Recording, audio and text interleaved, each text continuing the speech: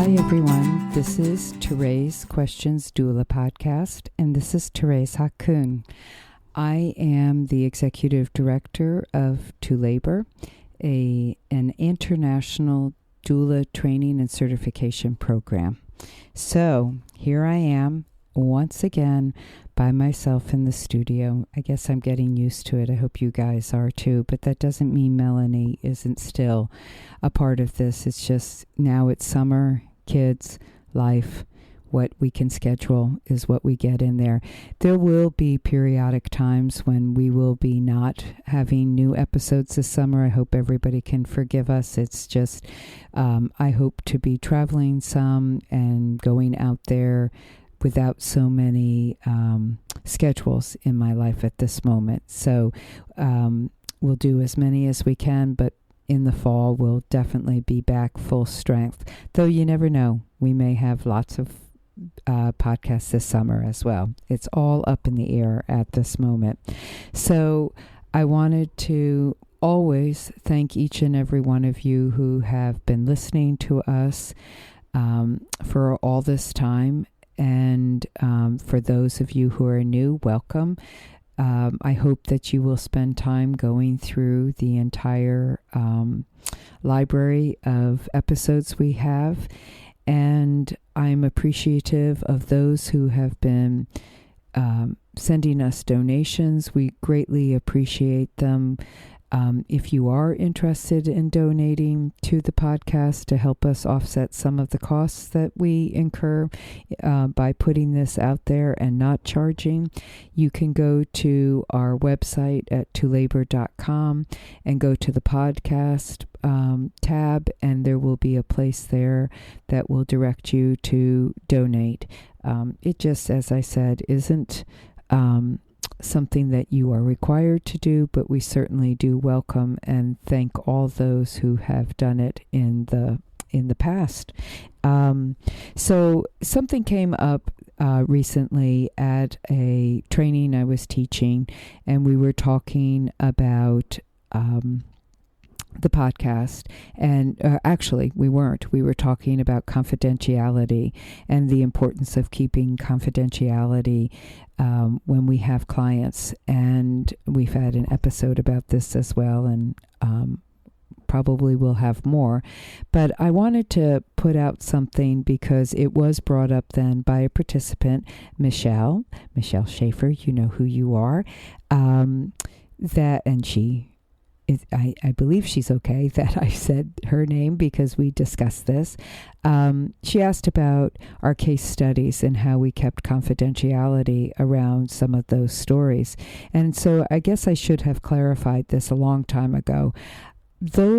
When people are telling us their name and where they live, that is actually not who they are and where they live. We always change their name and we change their location so that they can't be identified, and so that the birth cannot be, if a birth parent is listening, they are not hearing what they think is their story. So just to be clear on that, and thank you, Michelle, for bringing that up for clarification. So today we have a guest.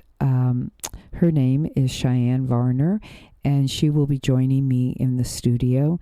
And we are going to have a conversation about reproductive health, rights, and justice.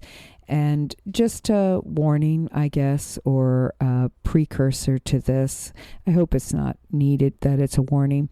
It is a different kind of conversation, but it is still related to doula work. I mean, part of doula work is reproductive health, rights, and justice. We do a lot of talking about the rights of a person who is pregnant.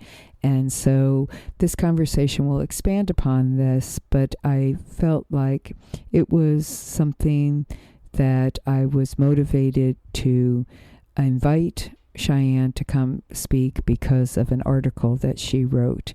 So please stay tuned to listen. I hope that you can listen with an open heart and open ears and open mind. And we're not pushing an agenda. We're having a conversation. If you know anything, I hope, about me as executive director and as a human being, I am a strong believer in dialogues and conversation, not in confrontation. So I'll be right back with Cheyenne in a moment. Thanks, everyone.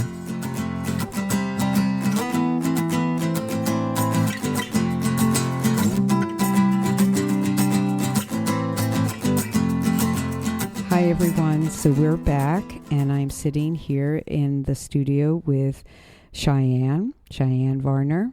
Welcome. Thank you so much for having me. I'm really glad you're here. And before we get started talking, can you just tell everybody a little bit about yourself? Awesome. Yes, my name is Cheyenne. Let's see. I'm a doula. I'm a graphic designer. I'm a photographer, and I'm a writer. I wear a lot of hats. I'm a Gemini. I think that might be why. Yeah. So I've been in Richmond, Virginia for about 7 years. Came here to go to college. I've always been very passionate about education, about art, and about what I think is going on in the world, important things that I think are going on. And so that's how I came into doula work after being in the nonprofit world for a while. And I love it here, and I love what I'm doing. I've been self-employed since January doing all these different things, so it's been beautiful. Oh, that's great. It really is great. And so where did you come? You said you've been in Richmond for 7 years. Where were you before, or where did you grow up then? Yes. I was born in California on a Marine Corps base. My dad was in the Marines. But I grew up in New Jersey. Oh, okay. Mm-hmm. I'm from New Jersey myself. Oh, I didn't know that. Yeah, where are you? Sorry, everyone. Yeah. Where in New Jersey? A really little town outside of Morristown. So was I. Madison, New Jersey. That's where I Mountain grew up. Lakes. Okay. That's so funny. That's so interesting. I know exactly where Madison is. Oh, that's awesome. Yeah. No one ever knows. Yeah. Nobody ever knows Mountain Lakes because there's 4,000 people there, but I'll tell you where it is closer to after we're off the air. That's great. So you're a New Jersey woman. I like that. That's the other reason you have these passions in your life. I guess so. Yeah. Well, I invited you to come talk because I have looked at I had the good fortune of having you in a workshop and getting to know you just through those 3 days and seeing and hearing where you are coming from in your life. And then I've watched from afar your writing of things and your graphics, your infographics, and sometimes we've posted them on our Facebook page, some of your writings as well. But before we go, I get started into this conversation, what is your website, your way of being contacted as far as, because you do wonderful graphics related around birth, other things as well, I'm sure, but around birth. Yes. So my sort of personal professional page is CheyenneVarner.com. Should I spell it? I don't know. You could. Cheyenne Varner, V as in Victory, ARNER.com. And I also have an Etsy. I have a sort of side design project called The Educated Birth. And that's where all of my birth-related infographics live that I create for doulas. And that focuses specifically on showing people of color and like a diverse array of pregnant people, and all the educational resources that everyone needs when they're in that process of, expecting a child. Yeah, so please check that out. It's her work is really great and very beneficial. So, don't forget to check out Cheyenne's work. So I wanted to talk to you about an article that you wrote recently on your website that we actually did post on our Facebook page as well and share. And it was about reproductive health and justice and rights. And I can't, the title of it was 8 Things. I'm sorry. You're fine. You could tell me what it is. 8 Things to Know About Reproductive Health, Rights, and Justices. And justice. And I thought, I thought you did a great job of being really concise, to the point, clear about something that has a taboo or a pushback or I guess more of a, people just assume they know what reproductive rights are. And I really, really appreciated your ability to express what I think a lot of us feel, but don't know quite how to articulate, and also not get into an argument with somebody about. Because as anybody who knows our trainings and also this podcast, we're not into the confrontation. We're into communication and truly having a conversation and a dialogue. So, so can you kind of give me like an overview, or give us an overview of what you were talking about and why you chose, perhaps maybe start with why you chose to write this article? Yes. Well, first off, thank you so much. That's really high praise. Just, I really try to be concise and to take large issues and make them sort of bite-size in a way that doesn't oversimplify. Right. And so this post, I think, had been kind of bubbling under the surface for a long time, in the sense of, why I'm even drawn to doula work in the first place, why this is important. But I came out of a weekend that I spent with the Richmond Reproductive Freedom Project and a lot of other reproductive health workers.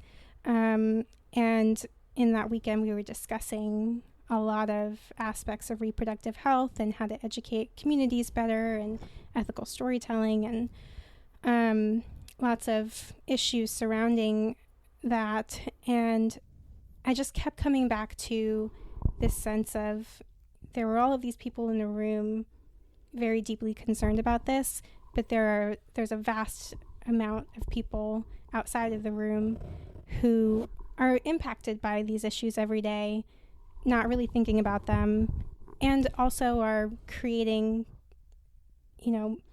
perspectives on the issue of reproductive health without a full understanding of what's inside that. Right. And in those perspectives, and we all are guilty of having our biases, our perspectives, but what I see that as we create barriers then by just only thinking of our perspective. Yeah, and my goal in writing the post really wasn't to correct people, or I included a lot of resources. Yes, you did. My post, because what I really want to do whenever I'm talking about any issue is just connect people to concrete sources that they can use to understand what's going on in this issue and formulate their own opinions. Right. And to give, what's the word I'm looking for? I guess substance to their opinions, so that it's not an opinion based on opinion. Yeah. Yeah, but it's based on something that's very solid. And so I wanted to talk about, all right, this is bottom line what reproductive health is. Yeah, so let's talk about what you wrote, because I think the very beginning of the article is spot on. Yeah, so, reproductive health has to do with someone's wellness in regards to their reproductive system in all parts of their life, all stages of life.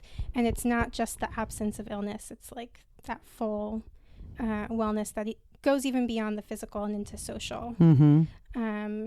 And then I talked a little bit about rights, which is people's freedom to choose how they want to interact with their reproductive health and the decisions that they want to make about it.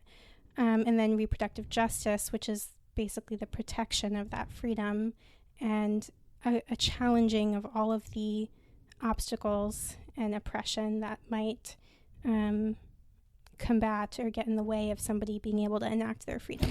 Well, and I also think what you pointed out in it is that it is not just a female woman rights when we're talking about reproductive rights. It's all of humanity. It's there's this sense that it's something that only affects women, because there's a sense that you talk reproductive, people think automatically pregnancy. That's it. And it's not just pregnancy. And also there are people who get pregnant who don't identify as women. Right. Too. So right. You gotta just be like, this is, and even beyond that too, like men who identify as men are impacted by. Absolutely. I mean, just putting it to that simple place, there are men who they are part of reproduction, and they have limited ability sometimes as well, though we know that for males there is more of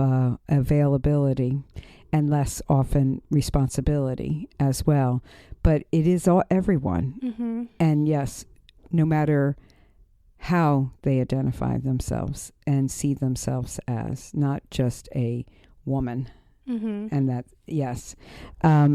So you went on to, you said not just about women, not just about birth, not just about abortion either. So.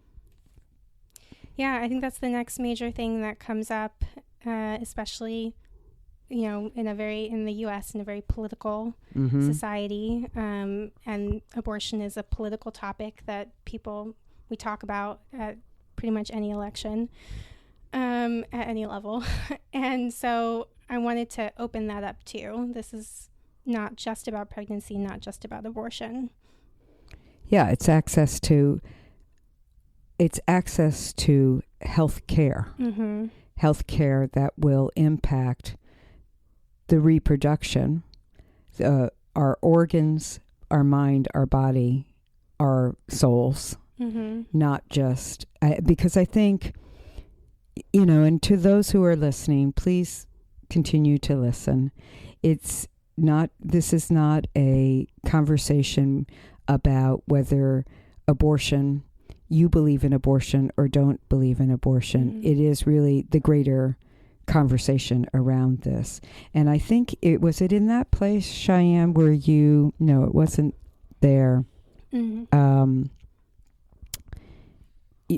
We'll wait on that then. Okay.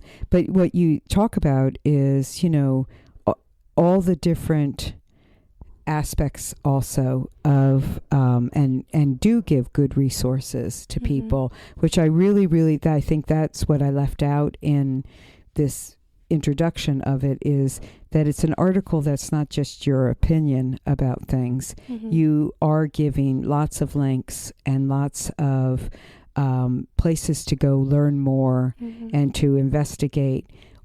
And maybe that'll, solidify you don't agree when you see those things. And that just makes it stronger in you, like, okay, I'm in the right place with myself. And for some, you may go, oh, I hadn't thought about that. And how does that fit into now my way of thinking?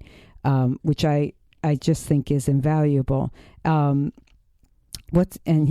third one is, what's the fuss with reproductive health? What's the prob? Yeah, I try to keep the language very accessible. Yes. So what is the problem?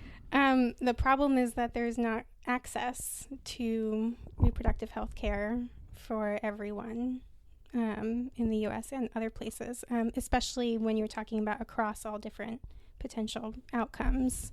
And that's a problem when people don't have the capacity to get the education or the treatment or just the strategy for how to have the kind of reproductive health wellness that they want to have.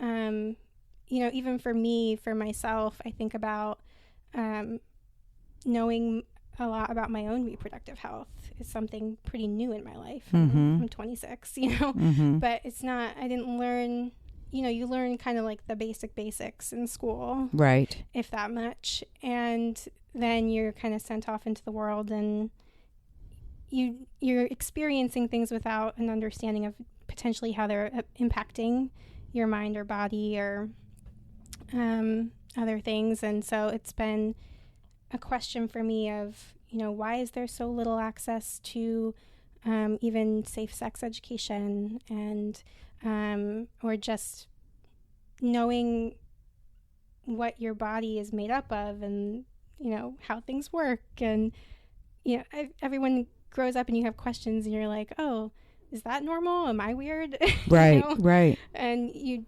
there's such taboo around it, and Right. it's something that we don't talk about, that rather than even ask the question, even to people we're close to, often we just stay quiet, or at least from my experience, I can say. Right. That I've had questions about my own reproductive health, and I've just been quiet about it rather than ask, because I don't want to be like the weird one. Well, and I think it obviously is going to be dependent also on families and what they talk about and what they feel comfortable and how they approach the conversation.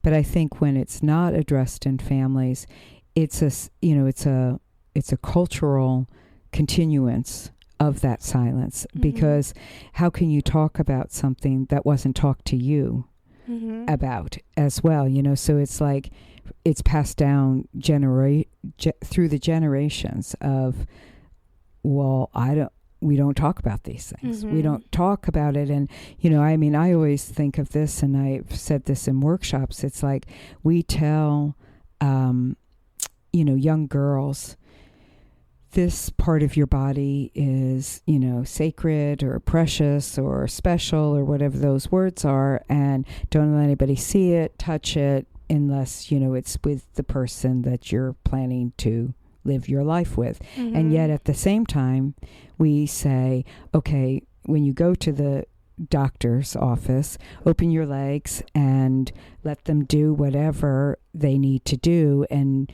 don't argue it, don't talk about it, don't ask questions, or they're not giving that feedback either. Right. So it becomes this, to me, an assault on what you've been told and then what actually happens to you. And I just find that potentially traumatic. I mean, you ask most people who have had a gynecological exam what their experience was, and it's not a good experience. Yeah. And they do not want to go. And I understand it's not like anybody really wants to go to one, but there can be a trauma around that, because it isn't something we're allowed to investigate or know about. But we know about how to, take care of our eyes and our teeth and our nose and, other parts of our body, but not the vaginal area, not your vulva, not your labia, not any of the other parts of who we are. That we're not supposed to know about it. Right. And then we're supposed to have babies. And somehow that, I would hope by that point people, though of course it depends on the age and so forth, but know how that occurred. But then it trickles back into the way you're treated during your pregnancy and your labor and your birth and forevermore. Yep. Yeah. Yeah, it's very hard to build positive experiences with something that is a complete mystery to you, or a source of shame, obviously, or that you just don't interact with at all. Right. So yeah, a lot of this article is also born of me considering that in my life and asking the question, like, why is it that way? Why do we know more about caring about our eyes and,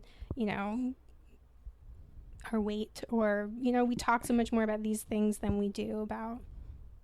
And and the sexualization of everything then is what it's about. And nothing wrong with the sexuality of who we are, but it's sexualized. Right.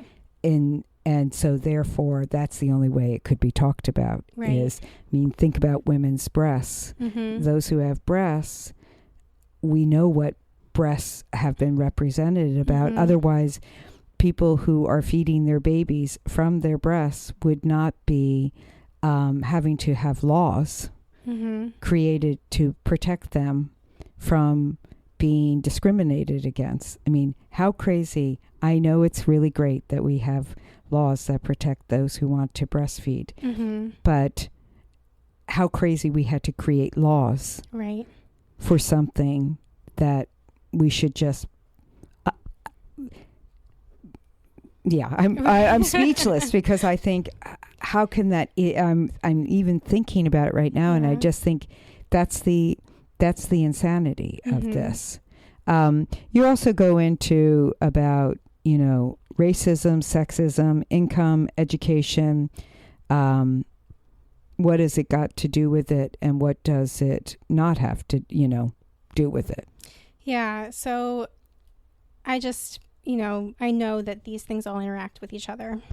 None of these issues, reproductive health doesn't exist in a vacuum. Right. It's impacted by, and you may experience it differently, as you were saying earlier, depending on what family you're in or what your family's, particular culture is. If you're in a family that talks a lot, very openly about, your bodies and health and wellness, then you will have a different experience than if you're in a family that is just like quieter and about those issues. And similarly, if you live in one neighborhood versus another, you may have the resources closer to you or further from you. If your family has more or less money, you may be going to doctors more or less frequently, or having different kinds of experiences when you go to the doctor. And depending on your complexion, the texture of your hair, the accent of your voice, or even just how people think you look, assumptions that people come to, you will have a different experience of, interacting with, or your ability to even interact with reproductive health. So that's a section in which I just really shared a lot of resources and said, if you want to know more about how education impacts, here are a bunch of articles you can go to if you want to think about how racism. And I go into little specifics there because, for maternal health care, Black women are 4 times more likely to die in childbirth in the U.S. than white women are. So, okay, let's talk about that and not just brush it under the rug. Right. Why is that the case? Why do you see higher rates of teen pregnancy in certain areas than another, or, those issues? Yeah, and I also thought it was interesting. You had a extra note to like your family, and it could be to friends and who don't. Do you want to talk a little bit more about what you wrote about?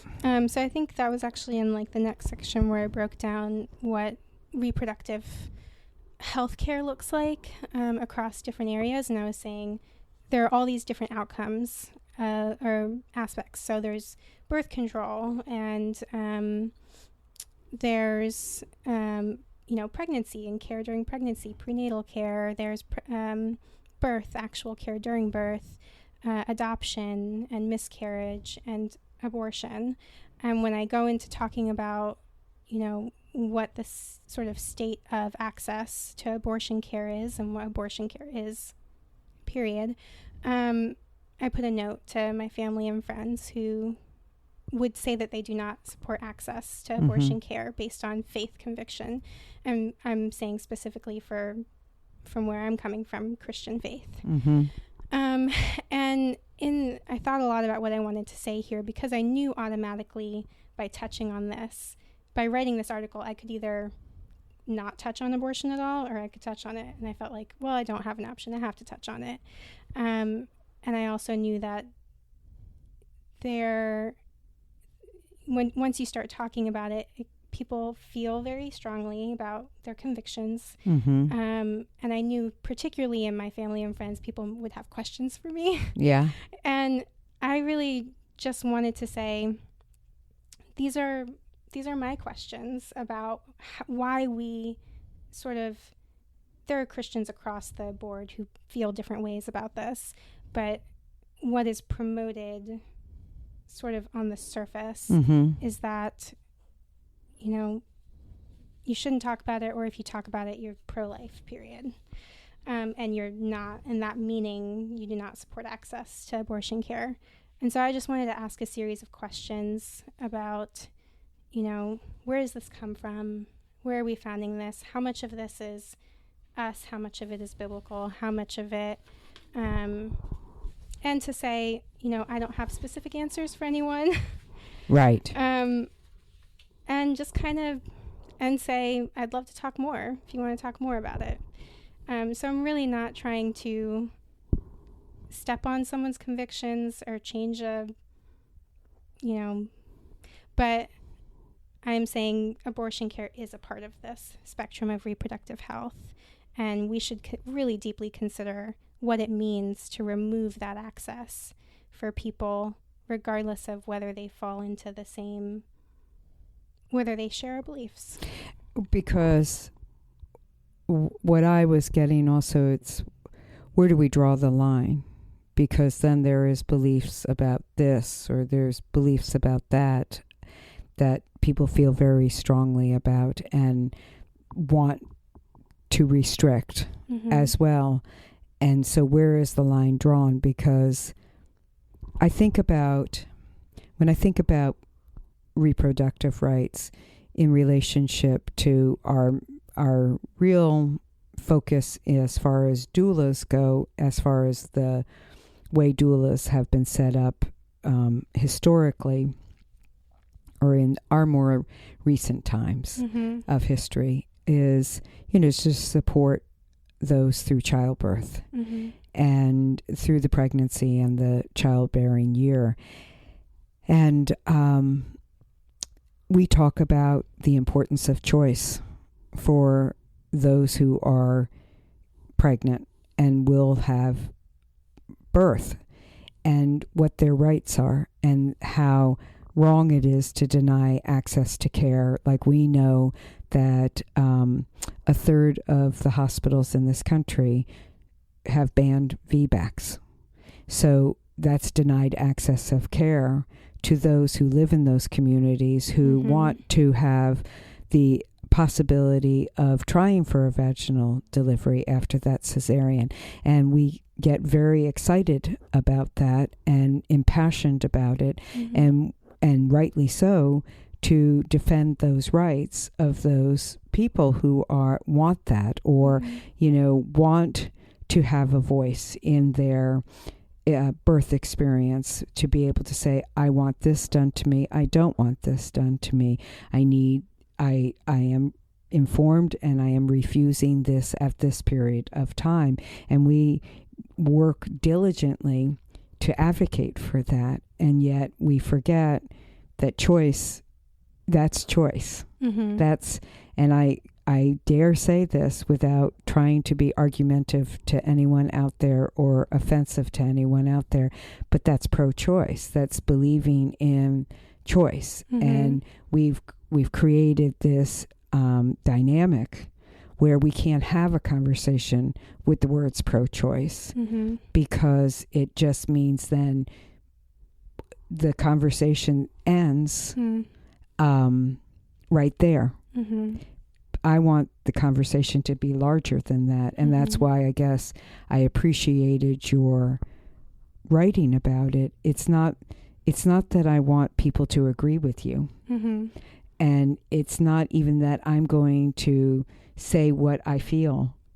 It's more of, we have to open this up more. Right. And we have to look at it more. And I really appreciate you bringing up the sexism and the racism and where you live, because, and how much money the economic in all of this as well, because when we take away certain services, we are denying those people who could never get it, any other place except for where it is being funded in some way or another. And that goes against being for life. If we're not supporting all life, right? How could we not support all life? Yeah, and I just, like you were saying, I want people to go deeper, and not just say this is the surface of this issue, but, what are the roots? What's underlying? What is bringing people, let's not talk just about, how many abortion clinics are out there or what money is going where or whatever, but what is bringing people situationally to places where they feel like they need to make one decision or another. Right. And what elements are going into, thinking about, again, just we don't exist in a vacuum. So every person's experience is really unique. And when we make these blanket opinions, blanket statements, and blanket policies, it does a huge disservice to really everyone, because everyone has individual circumstances. Right. And the impact that, the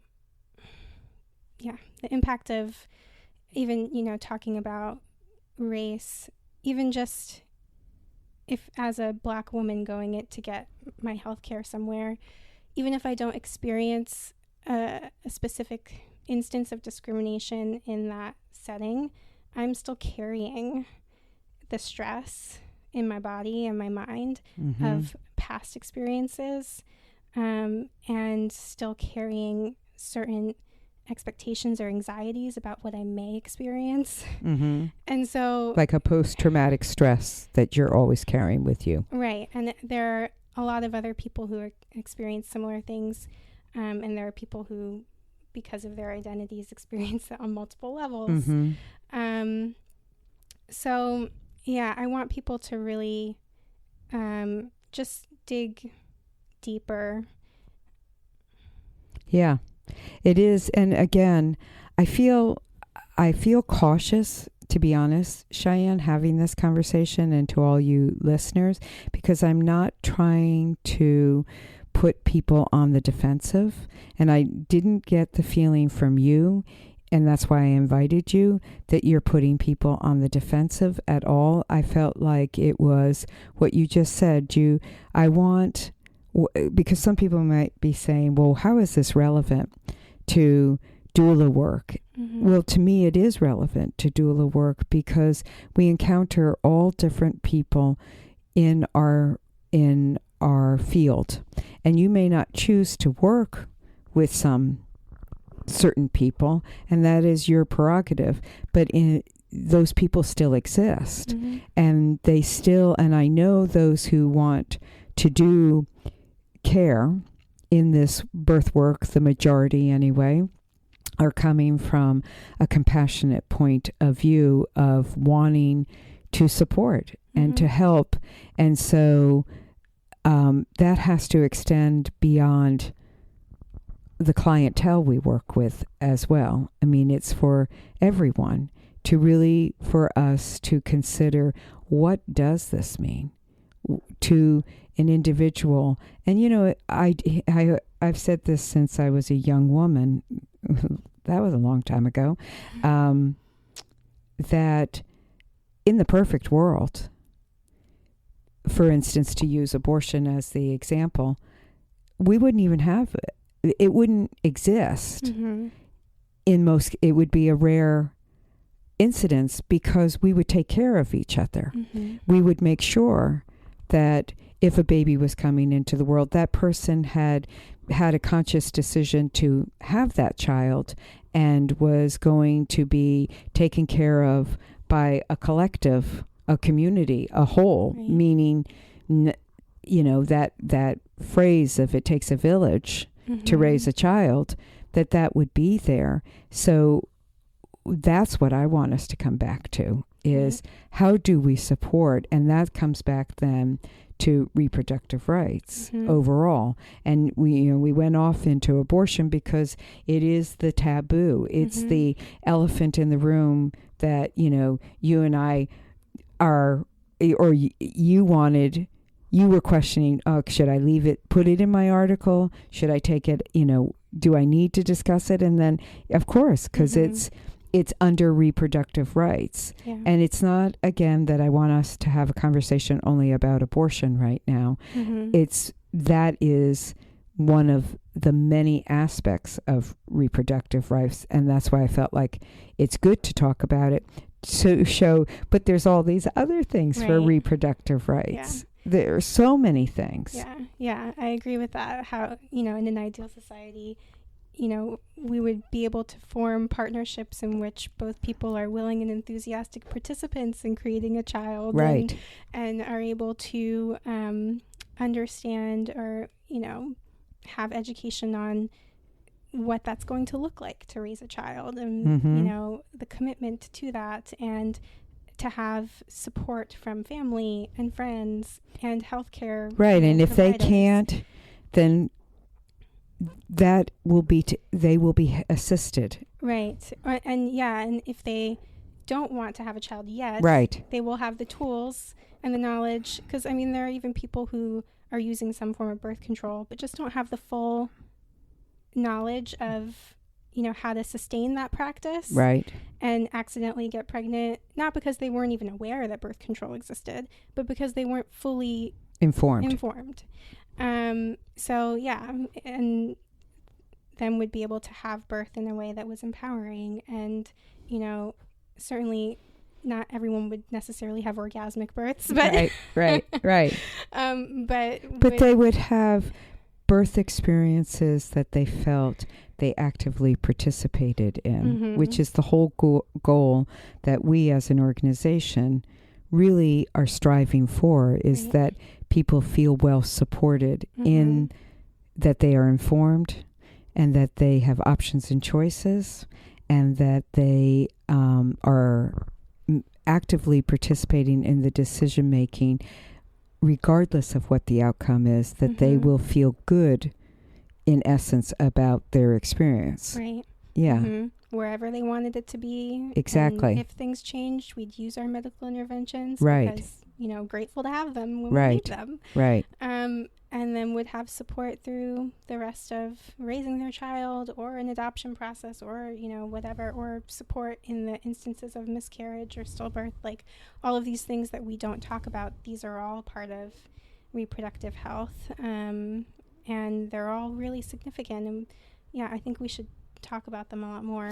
Well, yeah, because we're talking a lot now in the birth culture, and it's going out there in the, in the mainstream media and such, about like postpartum, how the importance of postpartum, addressing postpartum depression and anxiety, all the perinatal mood disorders, as they would call them, out there. And that's all part of reproductive health as well, and that access to care. And then there's the other side of another side of reproductive care, which is those who are having fertility issues, of they're finding it hard to become pregnant. And there's a huge fight for being allowed for that to occur, and the accessibility to care for that for those. And there's so many people who can't afford that care because there isn't the funding for it, or the funding was taken away for that, whatever it might be. So it's throughout our lifespan, and menopausal care, and all the in-between things for that, as you are in those reproductive years and past, that we should be, as humans, it should be available to us. But we have politicized this. So what is your feelings about the political side of this, or if you want to talk about it and why. Yeah. Yeah. I touch on this in my article, why it is political, why it's not political. And I say why it's not political is that this is a human issue. Politics, is largely motivated by power and money. And that's very real. And our ability to make decisions about our reproductive health should not be about power and money, should not be founded on those things, or really impacted by those things. It is political because we live in a political society, and there are policies statewide and federal level that impact our ability to have access to different kinds of healthcare, and our ability to serve in different ways. So I think we have to be aware of what our state's policies are, and we have to be involved to the extent that we can be involved in making changes to that if it's important to us. Yeah, and yes, I agree. I wonder. So Cheyenne, as a doula, how do you see this fits in? Like, I have discussed my thoughts. How do you see how being a doula and this is related? I see it as totally overlapping, because when I am, sort of like I said before, everyone is an individual, everyone has unique circumstances. I can't serve my doula clients well if I'm treating them all the same. And in the sense of, providing a one-size-fits-all kind of model of care to them. So I need to know how their experiences might be different so that I can be a good advocate, and know what I'm stepping into and understand what they're carrying with them as they step into their birth journey. And I think just it's just a part of my, like, what am I looking for? Sort of professional development and my own education to be able to talk to my clients about what they have questions about and what questions they can ask their healthcare providers, or if they don't have a healthcare provider that they feel like they can trust, how to get them to someone they can. Yeah, I think also as a doula, learning, as I've learned and watched and seen, there are lots of different techniques that we use as doulas, and a lot of these techniques come from different cultures, and I've been very aware of, just doula work is something that didn't just start recently. Right. It's been done for generations. It's been done all over the world. Right. And there are lots of people who have all of this ancestral and very cultural knowledge and traditions, and that's beautiful. I think also, like, I'm going to kind of go off track a little bit, but when we talk about like a racism or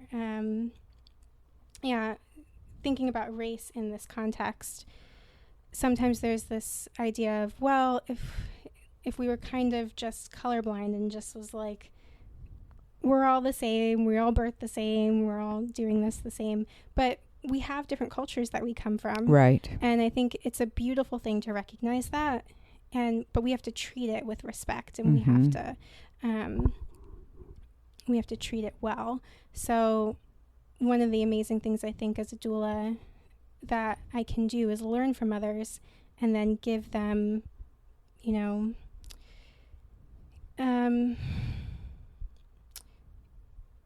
what's the word I'm looking for? I've been searching for words. Give them their due. Basically, say, I learned this from this place, from these people, from this tradition. Thank you. Yeah, I hear you. I appreciate that. You finish up your piece by saying, now it's your turn. Mm-hmm. And I thought that was great. I thought it was a great way. And then you give more resources for people to do more looking into. So what I liked is you put it out there, just kind of like we're doing with this conversation, not dictating how you should feel or why you should feel a certain way, but just to pause and consider. And then if it is tweaking something in you, go further and investigate more and really look at where you're coming from. And maybe, like I said earlier, your convictions will be that much stronger. Or maybe they will shift or change some. I mean, I'm experienced enough in my life to know that some people, we have aha moments, and other times we miss the light, or we missed, and I shouldn't even say miss the light, we don't see it. Or other times where we get a glimpse and there's a process that needs to happen in order for it to grow. So that's why I wanted to have this conversation, is because I do think what you were saying as a doula, I don't even want to try and, reframe it in any way. I think what you said is really spot on, and others could expand upon it or argue against it. But I think you did a really, though you said you were searching for words, I think it was very articulate on how this does relate to doula work, because, we will encounter people that will tell us also things about their past that might shock you. In like, oh, well, and how we respond to that is so, so important. And how we internalize that, but externalize it as well, so that we can be good care providers, good support people. And then I always say that birth work is just, being a doula is just such a small part of what this is really all about, which is it's about life and being that support and that compassionate support in our daily lives, all around. So anything else you want to add? I am not an expert. No. And that's why I said that at the start, and that's also why I said now it's your turn, because I'm not an expert at all. I'm a student. I'm curious. I when I want to know more, I just try to dig deep, and that's why I have so many articles in this piece that are linked in there. And yeah, I just want to bring something in front of people that, I understand how much it has impacted me to learn more about this. And I've seen through some of my own experience and in what has been shared with me from other people, how deeply it impacts other people's experiences to have a support person, to have a doula who is aware and aware and again, not an expert in whatever situation, but just aware and listening and empathetic and available. Yeah. And I think sometimes we make ourselves unavailable without knowing that we're making ourselves unavailable, just because I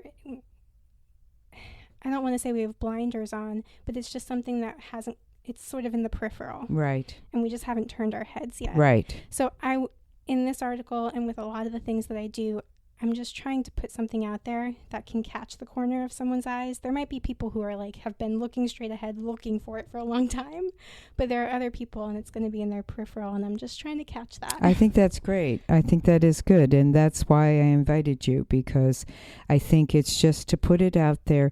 Do whatever you want, those who are listening, with this conversation, whatever you want. Except I agree, I did not invite you, Cheyenne, as the expert.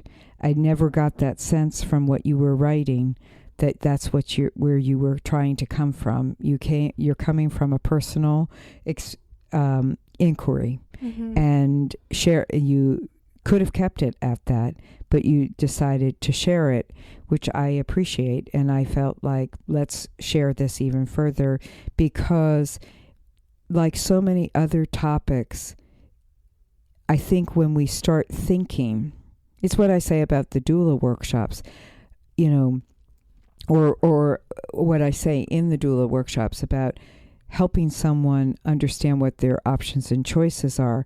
It's all of a sudden opens up a whole new world of, well, if I didn't know that, what else have I not known about other things in my life? And once we start to question, it leads us to more questions and hopefully answers as well, but not always. But it allows us to open up, I think, and isn't that what we're here for? Is more of that. Though it can get really tiring, questioning everything and wondering. But so I just appreciate your time, your effort. And I want to remind people that Cheyenne's website is CheyenneVarner.com. And that's where you can find this article that we're referencing. And as I said, it's called 8 Things to Know About Reproductive Health, Rights, and Justice. Yeah. And you can also find me on Instagram at Cheyenne Varner, Chey Varner. And on Twitter, but I don't really tweet that much. Yeah, great. And check out Educated Birth on Etsy as well. And really, you may find her that you are I shouldn't say you may find. You will find a great source of information that may really help you with furthering your education with your clients, is the best way I could say that, which wasn't very well done. I think it was great. So thanks, Cheyenne. Thank you so much. I'm so glad. And thanks, everyone. I'll be right back.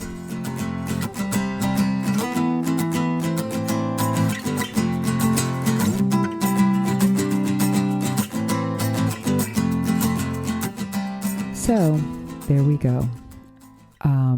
I appreciated this conversation that I was able to have with Cheyenne.